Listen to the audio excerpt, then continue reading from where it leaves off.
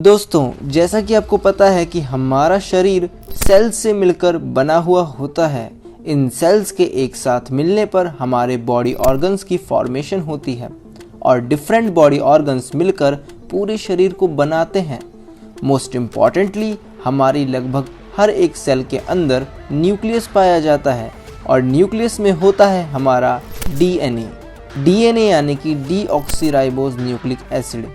दोस्तों, जो ये डीएनए है ये अपने आप में बहुत ज़्यादा ख़ास है। दोस्तों, डीएनए के अंदर होता है जेनेटिक कोड। इस जेनेटिक कोड की मदद से हमारी सेल्स को चलाया जाता है, यानी कि हमारी सेल्स को ये बताया जाता है कि क्या काम करना है और कैसे करना है। ये जेनेटिक कोड ठीक एक कंप्यूटर सॉफ्टवेयर की तरह होता है। हमारे शरीर के अंदर लगातार सेल्स डिवाइड करती रहती हैं। जो सेल्स पुरानी हो जाती हैं उनकी जगह नई सेल्स ले लेती हैं ताकि हमारे शरीर का विकास जारी रहे। इस प्रक्रिया को सेल डिवीज़न कहा जाता है। दोस्तों, आमतौर से एक सेल कई बार डिवाइड होती है और फिर इसके नष्ट हो जाने के बाद नई सेल्स इसकी जगह पर तैयार हो जाती हैं। ये प्रोसेस बहुत ही कंट्रोल्ड होता है क्योंकि डीएनए खुद इसे कंट्रोल कर रहा होता है, यानी कि कितनी सेल्स बनी हैं और कितनी सेल्स अभी और बनेंगी, ये सब हमारा डीएनए डिसाइड करता है, जिसकी वजह से cell division fully controlled process होती है। लेकिन जब सेल्स के अंदर का डीएनए डैमेज हो जाता है तब ये सेल डिवीज़न जो पहले कंट्रोल्ड प्रोसेस थी अब वो अनकंट्रोल्ड प्रोसेस बन जाता है। यहाँ से शुरुआत होती है कैंसर की। ये सेल्स बहुत तेज़ी के साथ डिवाइड करती रहती हैं और सिर्फ डिवाइड ही करती रहती हैं। इस अनकंट्रोल्ड सेल डिवीज़न की वजह से बहुत सारी सेल्स खराब सेल्स बनने लगती हैं और एक गुच्छा बना लेती हैं। इस गुच्छे को ट्यूमर बोला जाता है। दोस्तों, ये सेल्स ठीक से काम नहीं करती हैं और ये कैंसर का रूप ले लेती हैं। जब कभी भी किसी बॉडी ऑर्गन में ये खराब सेल्स आ जाती हैं तब ये बॉडी ऑर्गन्स काम करना बंद कर देता है।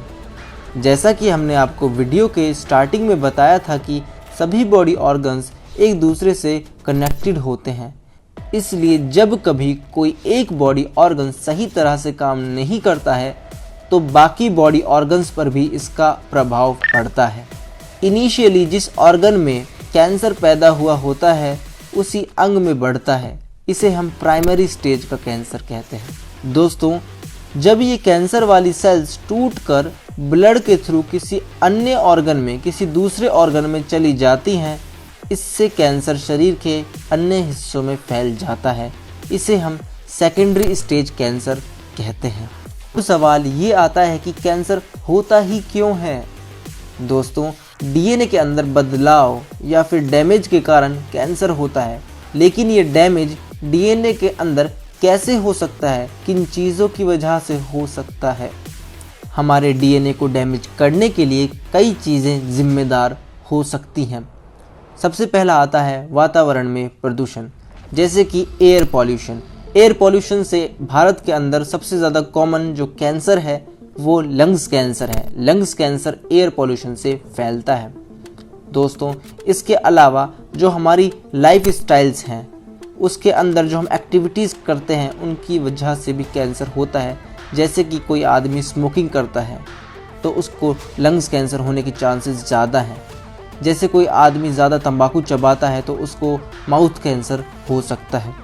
जो इंटरनेट के टावर होते हैं वो नॉन आयोनाइजिंग रेडिएशन प्रोड्यूस कर रहे होते हैं, जिसकी वजह से डीएनए को डैमेज होता है और इससे शरीर के अंदर कैंसर हो जाता है। किसी इंडस्ट्री में काम करने वाले मजदूर जो रेडिएशन के संपर्क में आते रहते हैं उनको भी कैंसर हो जाता है। दोस्तों, इसके अलावा अल्कोहल का ज़्यादा कंजप्शन करने से भी कैंसर हो जाता है। आई होप दोस्तों आपको अच्छे से समझ आ गया होगा कि कैंसर क्या होता है और कैसे होता है। दोस्तों, इस वीडियो को लाइक करके आप हमारा मोटिवेशन बढ़ा सकते हैं। हमारे चैनल को सब्सक्राइब करके आप हमारी छोटी सी फैमिली का एक बड़ा सा हिस्सा बन सकते हैं। Thank you for watching this video. तब तक के लिए गाइज हम आपसे मिलते हैं नेक्स्ट वीडियो में। अपना ख्याल रखना। बाय।